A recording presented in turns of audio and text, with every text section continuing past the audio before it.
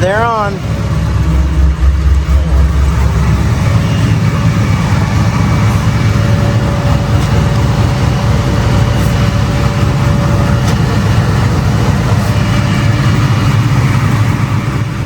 All right, here's where the magic happens.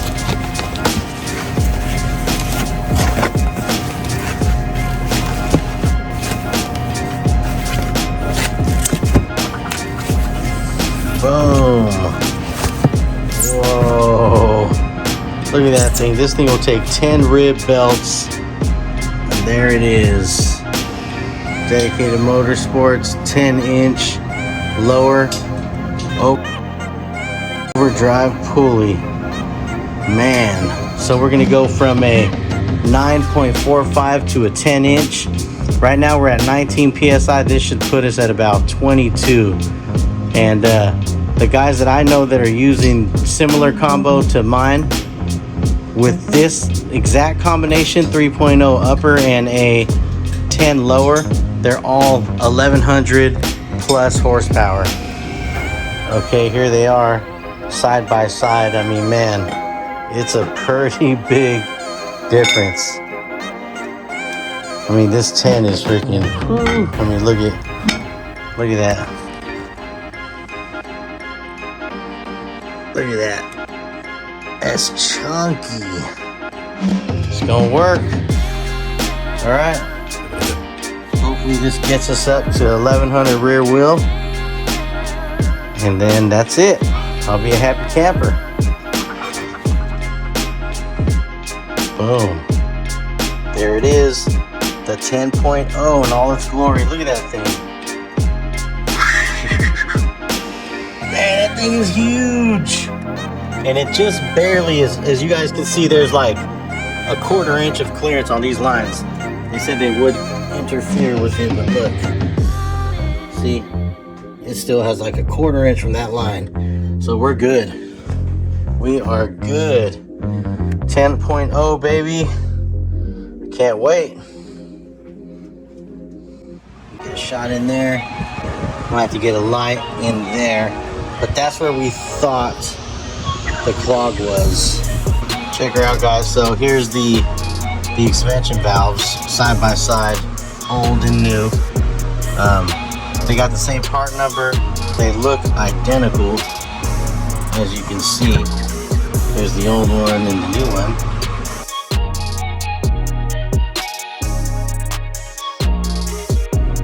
Wow, guys, this thing is freaking sick.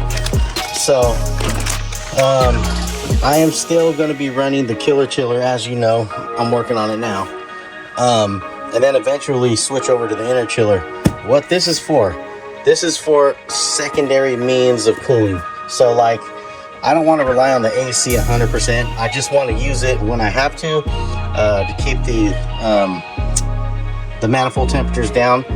And in the event that it fails, like it failed me this time, I want to be able to simply, I'm going to rig a bypass valve on the system, and in the event the chiller goes down, boom, turn the valve and direct all water or coolant to the heat exchanger and work as a normal car would.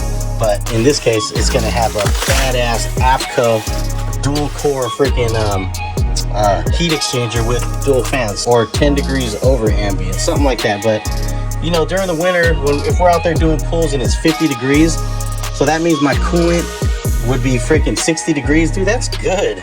That is spot on right there. And if it's even colder, it'd be, you know, gets even colder from there. Wow. How's that for a freaking secondary heat exchanger? Secondary coolant, baby. Yep. Wow. Okay, so here's the new thermal expansion valve inside of it. So as you can see, I got everything taken apart, but here's the new AC line right here. It's going down there, over there to the chiller, or to the condenser, then to the chiller. And then here is where the expansion valve is going to tie into. See it right there? So I already have the gaskets in there. Yeah, that thing just slid right on. So there it is, guys. New expansion valve installed. Final expansion valve I think the torque heads those are torqued down to 4 foot-pounds, and it's like 53 inch-pounds. So if you guys are ever doing it, 53 inch-pounds. There's the expansion valve, brand new, looking good. Now I'm going to install this, as you can see, this brand new hose. I got all the seals on it, seals here, seals there, all cleaned up, ready to go. Ran the line down there. Got all my other lines protected with plastic bags so that nothing gets in the AC. Okay, there it is. The last nut to go on there, and it's torqued down to 16 foot-pounds. That is foot-pounds. So there's the expansion valve behind it, the new AC line. This one came in black. It's pretty freaking clean. Look at that thing. Really clean. So I've been mocking everything up. I got the line attached here. All new seals, new gaskets. And get the AFCO heat exchanger all dialed in and get it mocked up. And I'm gonna do that now. Guys, if you get new AC condensers, even from AC Delco, make sure you check the dryer. It's right in here. You get this this cap off, and up in here there's like that sock, like the black sock that I showed, where mine was all corroded and just full of muck and mud. They didn't put one in there. They have the screen in here, but they do not have the freaking dryer in there. I'm mocked up. I got the top bolts tightened up, as you can see right there. Everything with the condenser and the radiator and wiring, all that stuff fits perfect. So now I'm going to drill a hole here. You got to do some drilling through the frame and get the final bolts mounted. And okay, so here's what we're looking like under here. There's the fans. I got my little connection, got a 90-degree bend here. So you can see with the heat exchanger all the way against the radiator, the fans have still about 1.5 inches room between the heat exchanger and, the fan end and the condenser. So we are good to go. I'm gonna start. All right, here are the wiring harness and the relays. They mount right under this headlight. Okay, got my stuff mounted under here in the fender well, ready to go. That connects up top to the power right here. We're looking good. We are looking good. Sorry about the noise, guys. I got the fan on, but here's my relays mounted underneath the headlight right there, and then the ground wire right here next to the heat exchanger. Now I have the wires hooked up to the fans, the plugs, and then down here, see that orange wire? That's connected to the stock intercooler pump. They say connected to the white wire, and I think that after a certain temperature, it'll trigger these fans on. So I'm gonna test it right now. I've already tested it to main power, and it works. Both fans work, everything is good. But I just want to see if this plug over here is in fact gonna work, because I don't even run the stock intercooler pump. So I hooked it up to the wire that they said, and if it works at I think maybe 120 degrees, then I'll leave it there. I'll make it permanent, get some shrink wrap on that and clean that up, and then I'll start buttoning everything up. As you can see, the car's still taken apart, so let's fire this baby up and do a temperature test. Okay, the AFCO fans came on right away. Both of them, I can feel them. They're on right now. I just started the car up. It's a cold start right now. The radiator fans aren't even on. So that tells me that right when I started the car, the AFCO fans fired up. So I may have to switch my wiring around. Let's go check the pump.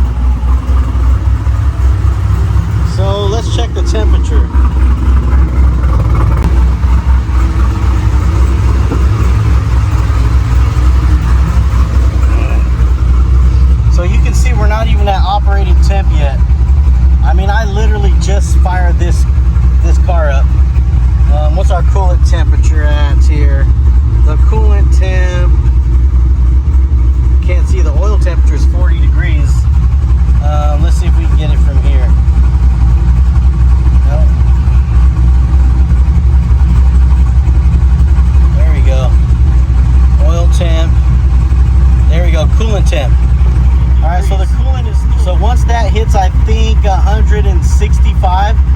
My fans should come on, the radiator fans. But you know, the other fans are already on, so I'm thinking like, I don't know what's going on here. I may have to switch the wires and see what the other wire does, because I thought they were supposed to come on at a certain degree.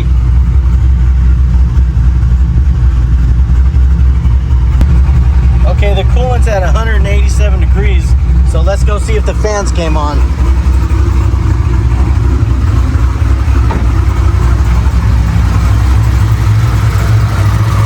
Nope.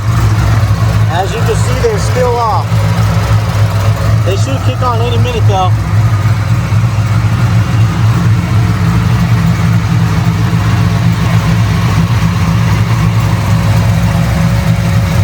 That's a brand new belt. Everything looks smooth.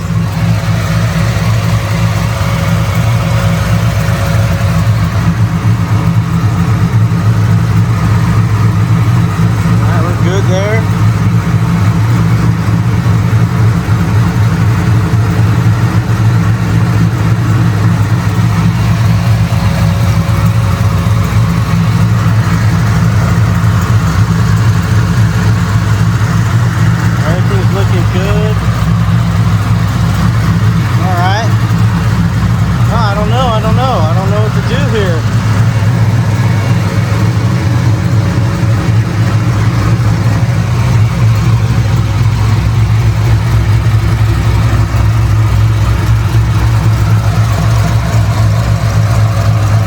Let me check all my plugs for the radiator fans.